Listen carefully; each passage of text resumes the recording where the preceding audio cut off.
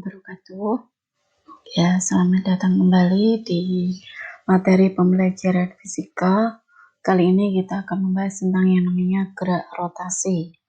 Nah, gerak rotasi di sini yang akan kita pelajari ada yang namanya gerak melingkar, gaya sentripetal, gerak menggelinding, dan momen gaya di sini karena termasuk nanti ada yang searah jarum jam dan berlawanan jarum jam, kan seperti berputar seperti itu. Oke. Untuk gerak melingkar, yang pertama nanti yang rotasi di sini di antaranya kalian bisa menghitung percepatan sentripetal, tangan sial, dan pada gerak melingkar membedakan adanya gerak lurus, linear atau lurus ya, dari besaran angular sudut, terus menghitung besaran sudut dari besaran linear atau gerak lurus yang sudah kita pelajari di materi-materi kemarin kinematika itu ya. Ya, di sini untuk yang benda yang berotasi ya seperti kalau kita menikung seperti ini ya. Nah, seperti ini gerak melingkar ya mengelilingi titik pusat. Jadi ada titik pusatnya di sini.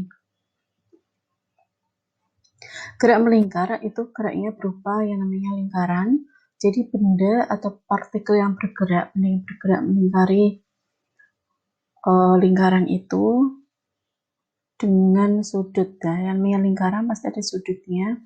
Nah, bergerak dari A ke B dengan sudut ini d theta. Maka di sini dinamakan dengan besaran angular atau besaran sudut. Dia mempunyai yang namanya omega, yaitu kecepatan sudut. Yang satuannya adalah radian per sekon atau derajat per sekon. Kalau pakai degree, ya perhitungan kalkulator degree itu derajat, kalau radian itu rad. Jadi kalau perhitungan kalkulator juga harus tahu ya. Nanti saya ajari gimana caranya. ds, ya, jarak yang ditempuh dari A ke B karena dia bentuknya melingkar seperti ini ya. Meskipun tidak, kalau kita melihat cuma A dan B kan seperti tidak melingkar, tapi di sini keseluruhannya ada melingkar. Seperti kalau kita mengelilingi kemarin ya, simpang 7 seperti itu, ada dari A ke B. Maka ds-nya di sini bisa ditentukan R, jari-jari dari titik pusat ke benda, dikalikan d theta-nya. Berapa sudut dari A ke B di sini terhadap titik pusatnya. Untuk percepatannya itu adalah alfa di sini. Satuannya derajat per sekon kuadrat atau radian per sekon kuadrat. Nah, kesetaraan ini ya perpindahan sudut d theta itu sama dengan jarak pada besaran linear atau gerak lurus. Kecepatan linearnya kita kan pakai v ya, velocity. Ini kita pakai omega. Terus ini A, acceleration ya. Kalau yang di sini kita pakainya namanya alpha gitu. Cuma beda lambang saja. Untuk besaran linear dan besaran angular, di sini untuk rumus juga sama ya. V sama dengan S per T kan gitu. Maka omega juga sama, theta per T atau d theta per dt. Nah, di sini karena ada hubungan dengan yang namanya jari-jari, maka hubungan antara V pada gerak linear dengan gerak sudut ya dirumuskan dengan V sama dengan omega kali R-nya, jari-jarinya. Jadi kecepatan sudut dikalikan jari-jari itu sama dengan kecepatan linearnya. Nah, percepatan juga sama nanti. Berarti A sama dengan R kali alfa. Sama. Seperti itu ya. Ya, membedakan kecepatan tangan sial dari kecepatan angularnya. Di sini untuk kecepatan tangan sialnya dituliskan ya. Ya, jadi omega-nya dianggap sama kecepatan tangensialnya ya dengan orang yang berjajar seperti ini. Nah, pada pertandingan lari, pelari di jalur terluar menempuh jarak yang lebih panjang untuk jumlah putaran yang sama dibandingkan pelari di jalur yang lebih dalam. Makin besar omega-nya, makin tinggi pula V pada benda yang berotasi ya.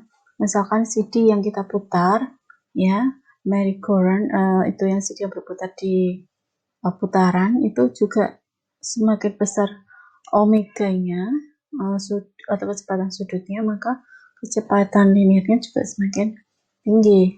Tapi untuk omega sendiri tidak bergantung pada di mana posisinya dia berada, tapi hanya bergantung pada ini kecepatan linear 2 kali kecepatan linear orang ini. Jadi dia bergantung pada posisi, misalkan kita ya, posisi kita di sini. Jadi tidak bergantung di mana dia mau di mana, tapi tergantung dari posisi kita untuk menentukannya, seperti itu. Jadi berhubungan dengan yang namanya jari-jarinya. Jadi kecepatan linear, nah seperti ini. Ini tuh 2 kali dari orang ini. Lebih cepat yang di pinggir ya. Nah, semua orang punya RPM sama, tapi kecepatan linearnya berbeda. RPM itu apa? Root per menit ya. Radian per menit atau putaran per menitnya. Contoh soal 1, agar musik CD terdengar baik, keping CD harus berputar dengan kecepatan linear yang konstan. Umumnya CD player mempunyai kecepatan 1,3 meter per sekon. Apakah kecepatan angular keping CD ketika sedang memperdengarkan lagu dari track dalam itu lebih besar, lebih kecil, atau sama dibandingkan kecepatan angular keping CD ketika memperdengarkan lagu dari track yang lebih luar? Kira-kira bagaimana kecepatannya? Jadi kan sudah dilihat yang lebih luar berarti lebih cepat, ya kan? Berarti kalau ini dituliskan apa kecepatannya, berarti lebih, yang di dalam bagaimana? Lebih kecil. Yang sama tadi RPM-nya gitu ya. Yang agar kecepatan V konstan, omega harus mengecil bila R membesar. Dengan jawaban yang benar berarti track dalam kecepatannya harus lebih besar ya dari yang track yang lebih luar gitu ya. Terus ini sebuah roda yang besar digandeng, ada 2 ya, ada beltnya, ini ada belt ya, 2 roda digabung. Roda ini diameternya setengah diameter ini. Nah, bagaimana perbandingan kecepatan angular kedua roda itu? Kecepatan angularnya bagaimana? Tadi bahwa kita tuliskan kecepatan angular kan di rumusnya apa? Omega, maaf. Kita pakai merah nggak apa-apa. Omega, saya sudah mencat merah. Ya, jadi kan kecepatan sudutnya kan sama dengan V per R ya. Jadi hubungannya berbanding terbalik dengan R-nya. Jadi untuk yang ditayangkan perbandingan kecepatan angularnya, berarti omega 1 dibanding omega 2 berapa? Kan dia berbanding terbalik dengan R-nya, ya kan? Misalkan untuk ini kita anggap ini 1, ini 2 ya. Maka ini per R, karena ini jari-jarinya setengah ya, setengah dari R yang besar, setengah per R sama dengan, nah kalau ada seper, nah, kita jadi kalikan, nah gini seperti ini ya, 1 per setengah R kali R per 1. R kita hilangkan, 1 kita hilangkan, nah, sama dengan 1 per setengah. Jadinya berapa?